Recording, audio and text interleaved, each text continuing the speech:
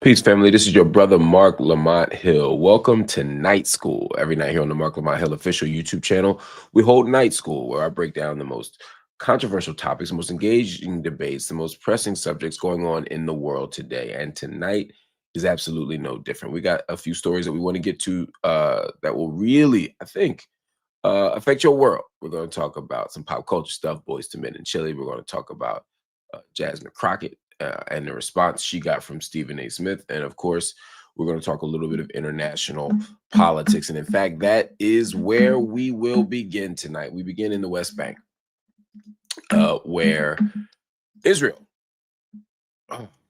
votes to annex the West Bank. Israel's parliament just took a step that could shatter what's left of the so-called peace process, voting to apply full Israeli sovereignty over the occupied West Bank, a move that amounts to outright annexation. Uh, the bill was pushed by far right-wing lawmakers, and it narrowly passed in the Knesset. The Knesset, by the way, is Israel's version of the Senate. It passed its first vote very narrowly, 25-24, despite the fact that Benjamin Netanyahu and his Likud party voted against it. Voted against it. They opposed it. The measure still needs 3 more votes before becoming law, but its symbolism has already sent shockwaves throughout the world. The proposed law claims to extend Israel's sovereignty over what it calls Judea and Samaria, which, of course, are biblical names for the West Bank. If passed, it would effectively kill any chance of a peaceful or reasonable or even the fake so-called two-state solution. It would also cement Israel's permanent control over land that the world recognizes as Palestinian. Now, this timing couldn't go any worse, couldn't be more explosive than it is right now. Uh, the vote is coming as U.S. Vice President J.D. Vance arrives in Jerusalem. And he's there not just to celebrate a ceasefire, but to reinforce America's opposition to annexation and to stabilize a very fragile peace arrangement right now. Now, whether he truly believes that, that's a conversation we can have in a second. But Washington's made it clear there is no green light for West Bank annexation. Even inside of Netanyahu's government, the cracks are showing. Most of the Likud party, again, Likud party's been around for five decades now, more than 5 decades. The Likud party are not shy, but most of them are not going for this. Most stayed away from the vote. But one person, Yuli Edelstein, broke ranks and cast a deciding ballot, declaring Israeli sovereignty throughout our homeland is the order of the day. I'm going to say that again. Israeli sovereignty throughout our homeland is the order of the day. Palestinian officials and other Arab nations immediately condemned the vote, calling it a, quote, blatant violation of international law. Qatar, Saudi Arabia, Jordan, they all warned that annexation would erase Palestinian statehood. Hamas called it the ugly face of colonial occupation. Nailed it. More than 700,000 Israeli settlers already live illegally on occupied land in the West Bank and in East Jerusalem, according to the United Nations, which just reaffirmed last year that Israel's occupation and settlements are illegal and that they must end, quote, as soon as possible. Analysts say that this vote is less about law and more about, in fact, let's take a step back before I go there. Some of you understand why this is a big deal. Some of y'all might be like, I don't see the significance. I don't see why this is a big deal. We'll talk about it. But let's start with, because this is night school. Let's start with the point, right? Israel was established in 1948, where partly through a United Nations partition plan, which gave them 55% of the land, although they didn't have 55% of the people. They didn't have 35% of the people. Anyway, they got the land. Over the course of war, that number escalates by another 50% or close to 50% into the 70s, meaning that Israel took land that was not apportioned to them in the UN partition agreement. And during that time, This is a very interesting time between 1948 and 1967. Israel was established in 48, and between 1948 and 1967, some parts of the surrounding land was controlled by Arabs, specifically the West Bank. The West Bank was controlled by Jordan. East Jerusalem, which is where the Wailing Wall is, the Western Wall, it's where the Church of Sepulchre, Masjid al-Aqsa, uh, Dome of the Rock, all of it is in East Jerusalem. East Jerusalem was also under Jordanian control. We could talk about the Sinai and other places later, which was controlled by Egypt, and Gaza was controlled by Egypt as well, Golan by France.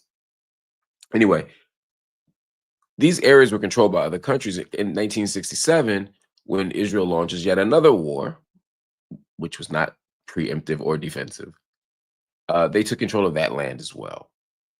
And since 1967, the West Bank, which is the West Bank of the Jordan River, and East Jerusalem have been under Israeli control. Now, military occupations are supposed to be short. Military occupations are supposed to be temporary, but it's been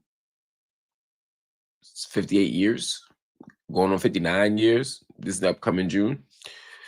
This is the longest military occupation in modern history. And so Israel has controlled all of it. Now, the question has always been, how do you return that to the Palestinians? And when does this happen? Now, because of the attempt at a two-state solution, because of the attempt at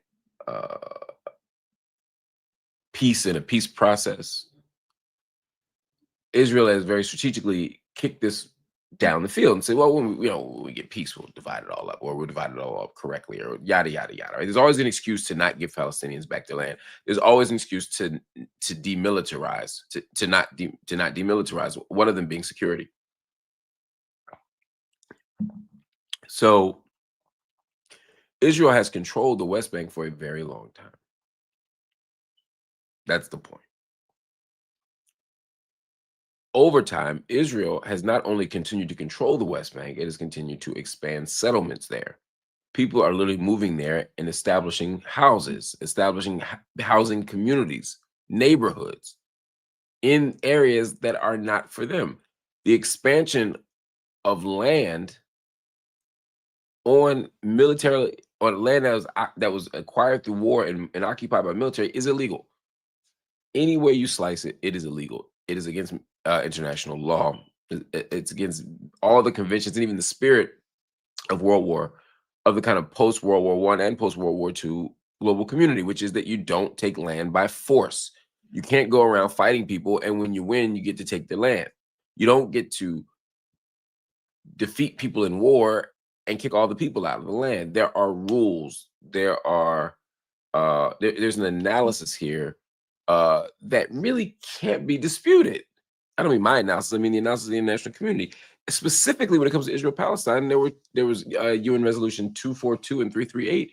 One which was to sort of stop the fighting and the bombing. But the other was to ensure that the territorial integrity. I'm gonna say it again: the territorial integrity of the region be maintained, of each nation involved be maintained. There was also a call to return the land. None of it happened. None of it happened. This is where the frustration kicks in for so many people. And so over time, Israel continues to grow and expand. It continues to repress Palestinians. It continues to say it wants a peace process. But during the time, it's not actually doing much to expand or create possibility for the peace process. We can talk about the Oslo Accords another day if you want to talk about it. But it did not end, or it has not resulted in a two-state solution or with a proper distribution of land. And so over the last few decades, the international community has attempted to hold Israel accountable for it. Some of the international community. The United States has not. Not only has the United States not done it, but the United States has actually done the opposite by vetoing any attempts by the UN Security Council as a permanent member to hold Israel accountable for the settlements.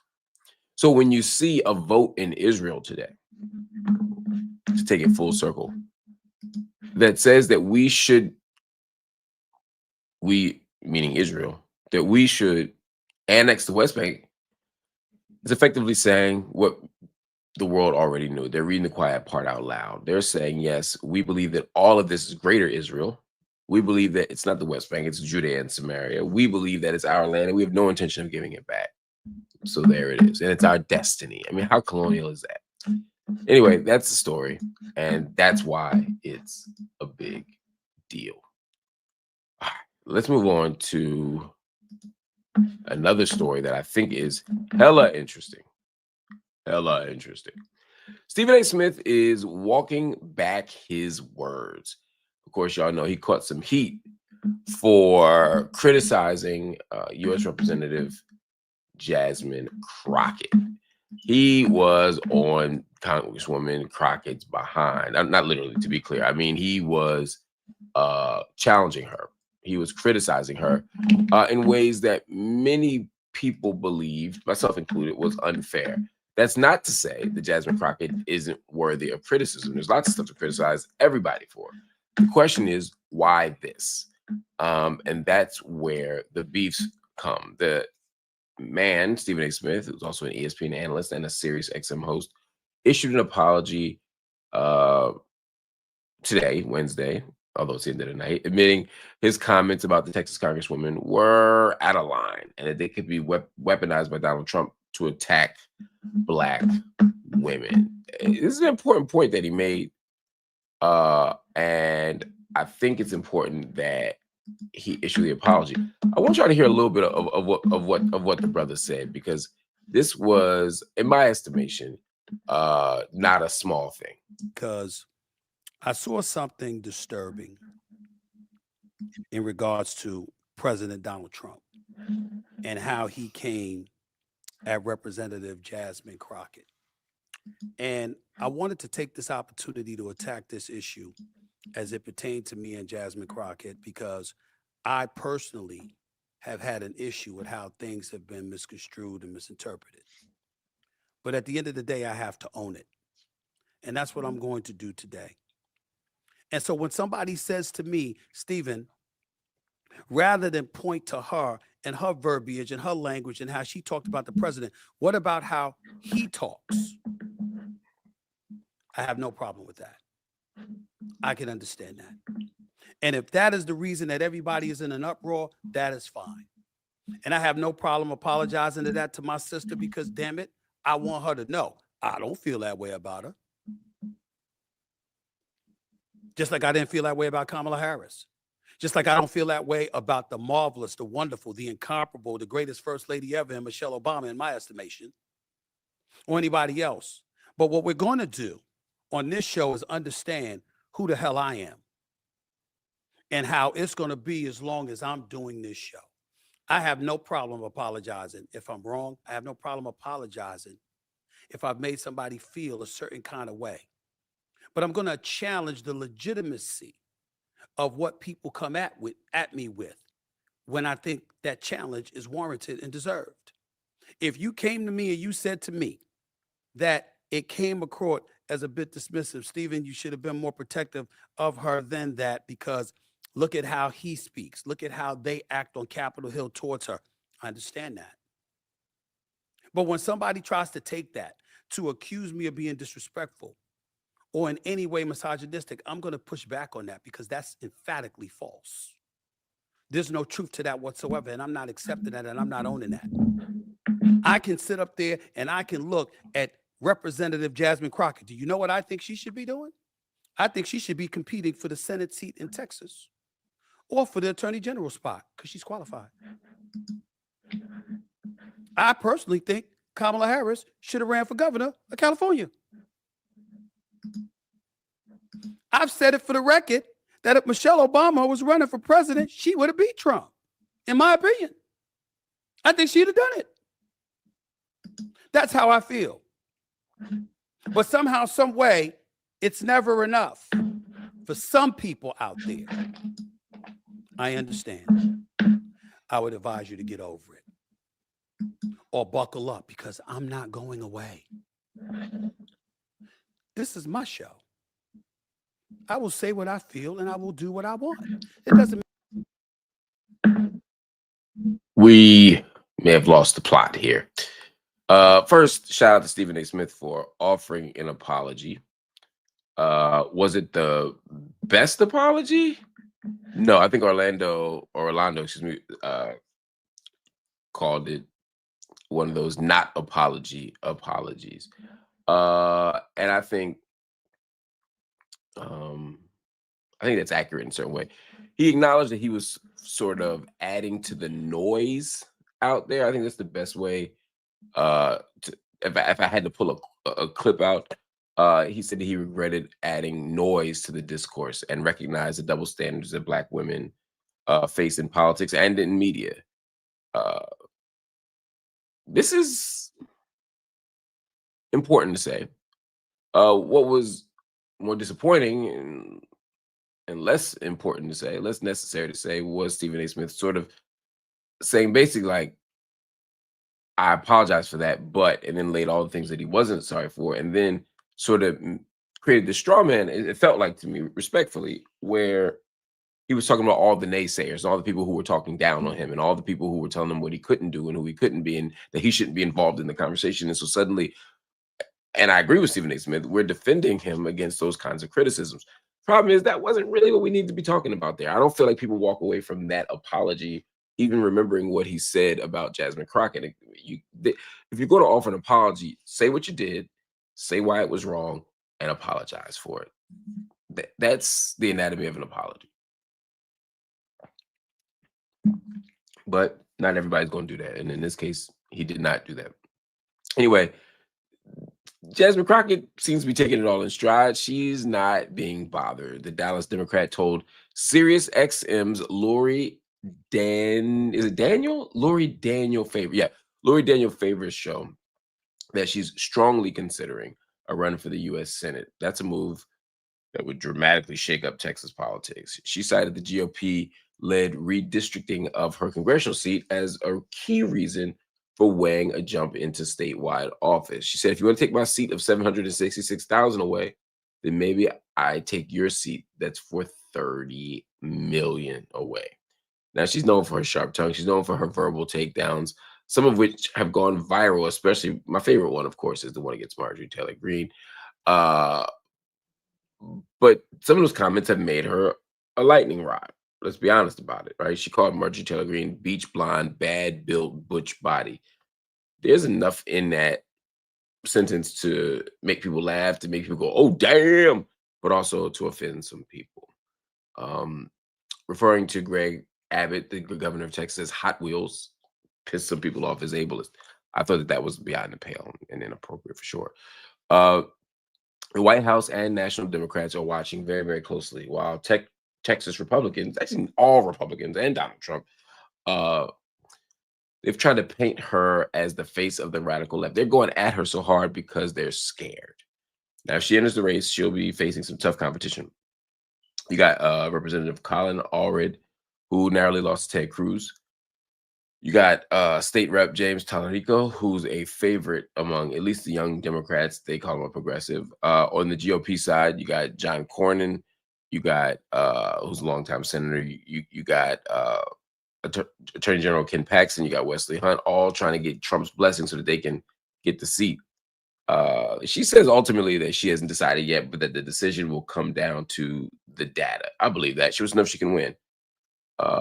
But to win, she's going to have to expand the electorate. She's going to have to get more voters, put more voters into the equation, because the current pool of voters ain't voting for her. But if she can register people, if she can expand democracy, to use Jonathan Jackson's language yesterday from his father, Jesse Jackson, then she's got more than a shot. She just might win. But we got to see what happened. We got to see what's happening and what will happen. Excuse me. Somebody said that the Hot Wheels insult was effed up and hilarious. That is the perfect encapsulation of what happened. Anyway, let's move on to another story. I got one more for y'all, man. I got one more for y'all. This one is less politically urgent, but I think messy and interesting. And I'm here for both. Boyz II Men's Wanya Morris decided to set the record straight after an old clip of TLC's Chilli, also known as Rosanda Thomas, resurfaced online. Fans reignited a decades-old rumor that the legendary R&B group once told Babyface, that they did not need his help. I've heard this interview before. Oh, Boyz II Men told Babyface they ain't need no help.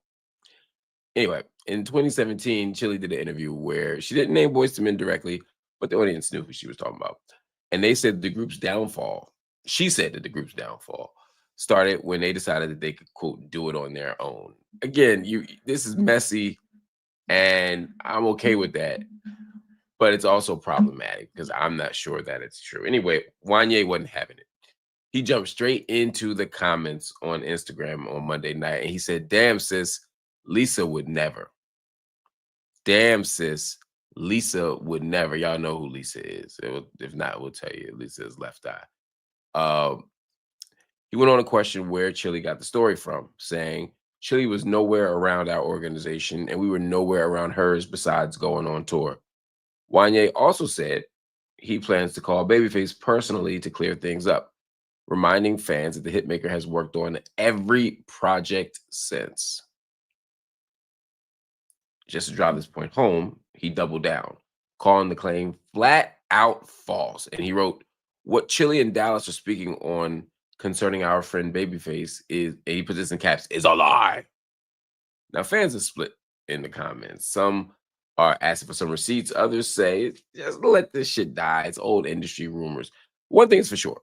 When R&B legends start fact-checking each other online, the timeline gets real loud. But for now, Babyface, Chilli, they are not responding publicly. They're not acknowledging that this happened. But still, it shows harmony isn't easy to keep. See what I did there? Anyway, tip your waiters. I don't know. I don't know, y'all. If I had to guess, if I were a betting person,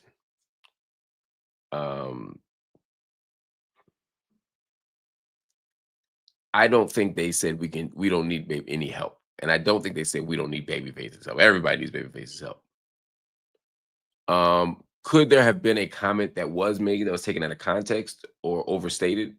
Or could something have been said out of frustration that's now become normal that they don't even remember? Yeah, it's all possible. At the core, I believe Wanya is telling the truth. I believe the spirit of what he's saying, which is the thing y'all are describing, the incident y'all are describing, the sentiment y'all are trying to express ain't from me. And I think Chilli probably heard it and believed it. I believe she heard that rumor and believed it. I don't think she's saying she was there for it. I think she heard it and believed it, which presents its own kind of problem. So I don't think anybody here is trying to be nefarious or salacious or bad in any way. I think sometimes people just mess up. And this time, it was her. All right, y'all. That is it for Night School. Shout out to Brandon Brown for becoming a YouTube member. That's it for Night School tonight. It has been an absolute placer, an absolute pleasure to have y'all here, to be here with y'all. Make sure that y'all go over to Patreon to support me. First of all, if you go over to Patreon right now, you can get more content. You can see an extension of this very conversation that we're having. But in addition to that, you can get extended coverage. You can get early content, and you can get extra conversations that you don't see me having anywhere else. Every week, I do my post Joe Budden podcast commentary over on Patreon. Every week, I do office hours where I do intellectual deep dives. We got Night School, but now I do office hours where I take your questions, where I drill down even deeper, and where I bring in some of the most brilliant minds in the world to weigh in on stuff too. That's all over on Patreon. I also have exclusive early and classic interviews with a range of people, including Boyz II Men and Chilli. You absolutely do not want to miss these conversations, and you absolutely do not want to miss an opportunity, really, to support independent Black media. Again, I'm gonna say that again. There's a million reasons to support me on Patreon, and I'm referring to the content, not me. There's just stuff on there that I think is worthy. But ultimately, supporting me on Patreon is an opportunity to support independent Black media. It's an opportunity to support grassroots media. It's an opportunity to support unbought and unbossed media. For years now, ever since I left CNN, I've done my best to stay outside the reach of corporate media, to particularly corporate Western media. I have done my best to fight the good fight and to speak truth to power, while providing community education at no cost. All of that, all of that still comes at a cost, and it's been mine. The reason why Patreon exists is so that you can support this work, so you can defend this work, so I can remain unbought and unbossed. Because if I keep going broke, y'all, I'm gonna have to go work for somebody. This allows me to stay independent. It allows me to keep the truth out. And it means that I keep the truth out of the reach and the claws of corporate media who will bastardize it. And in other words, I'm saying I can tell the truth when I'm not getting paid by the enemy. I don't want to get paid by the enemy. I want to be supported by my people. But again, I'm not asking you to just dump money into an empty coffer. Joining Patreon, signing up for Patreon entitles you to all kinds of cool stuff. Extra commentary, early commentary, extended commentary. As levels go up, production credits, your name on content, shout outs, phone calls, meetings, merch, VIP access to my events. All kinds of stuff happens when you support right here at home. And the way to do that is to join me on Patreon. Go to patreon.com/Marc Lamont Hill official, or hit that barcode right there, and it'll take you where you need to go. Thank you all for watching tonight. Meet me over on Patreon right now for more. Peace.